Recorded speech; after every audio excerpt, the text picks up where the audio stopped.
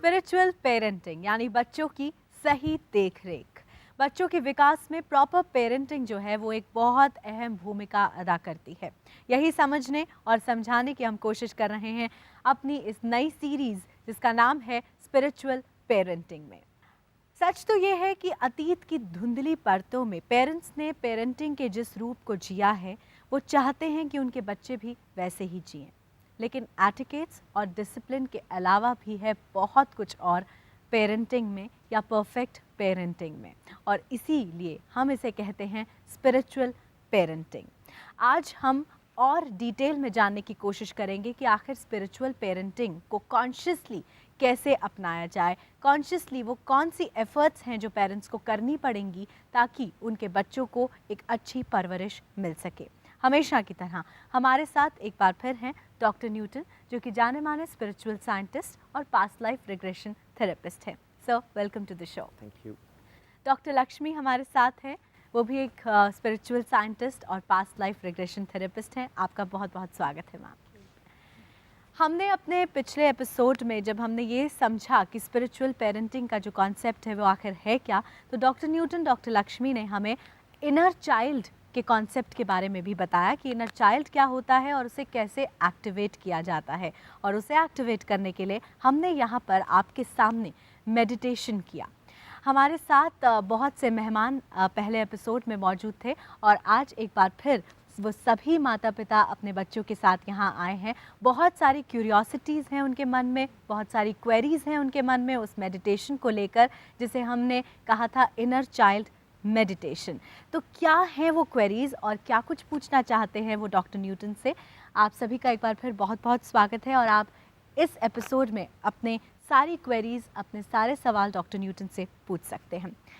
तो मैं चाहूँगी, कौन सबसे पहले पूछना चाहेगा और क्या एक्सपीरियंस किया आपने? मेरा नाम डॉक्टर सुरेश चंद्र है। I am a holistic healer and hypnotherapist. सबसे पहले तो मैं बहुत बहुत धन्यवाद और कॉन्ग्रेचुलेशन देना चाहता हूं डॉक्टर न्यूटन को कि पेरेंटिंग के इस रूप को उन्होंने नई परिभाषा दी है, वो बहुत अति सुंदर है, बहुत सुंदर है। और मुझे पूरी उम्मीद है कि यहाँ पे जो दर्शक बैठे हैं और जो देख रहे हैं इसका भरपूर फ़ायदा उठाएंगे।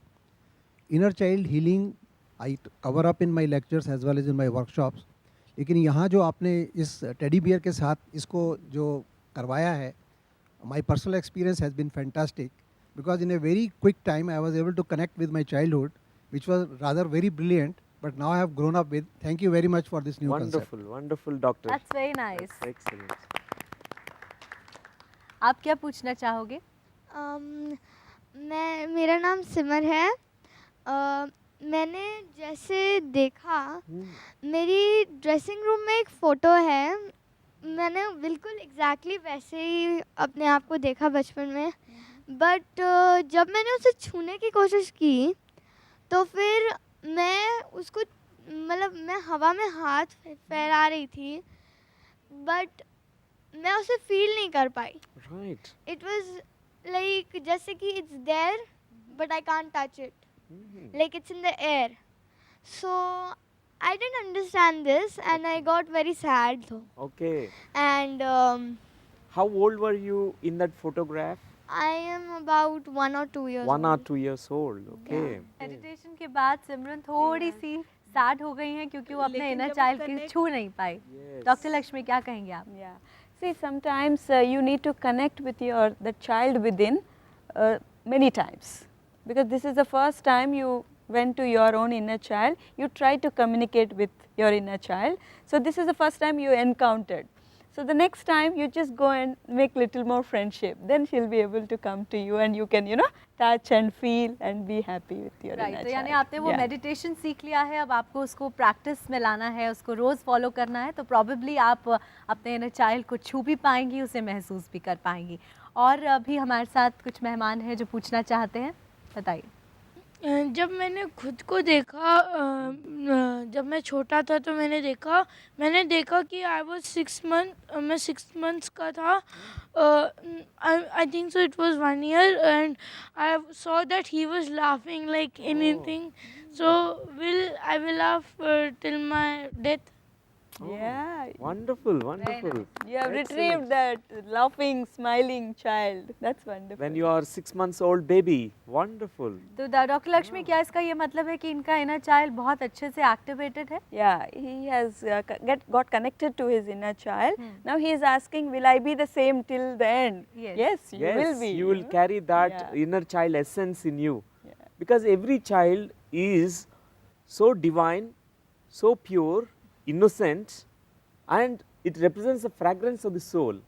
राइट, You will यानी कि progress. इनर चाइल्ड को एक्टिवेट करना भी बहुत ज़रूरी है और उसको कैसे हम मेंटेन कर सकते हैं, Yes. हमेशा वो एक्टिवेटेड रहे, इसके लिए हमें क्या करना होगा, इस पर हम और डिटेल में आगे बात करेंगे। लेकिन उससे पहले मैं कॉन्शियस पेरेंटिंग पर आना चाहूँगी।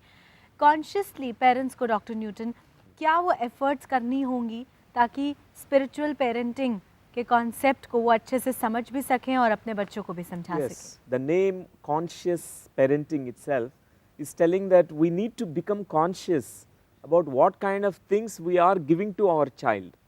Are we giving love or fear?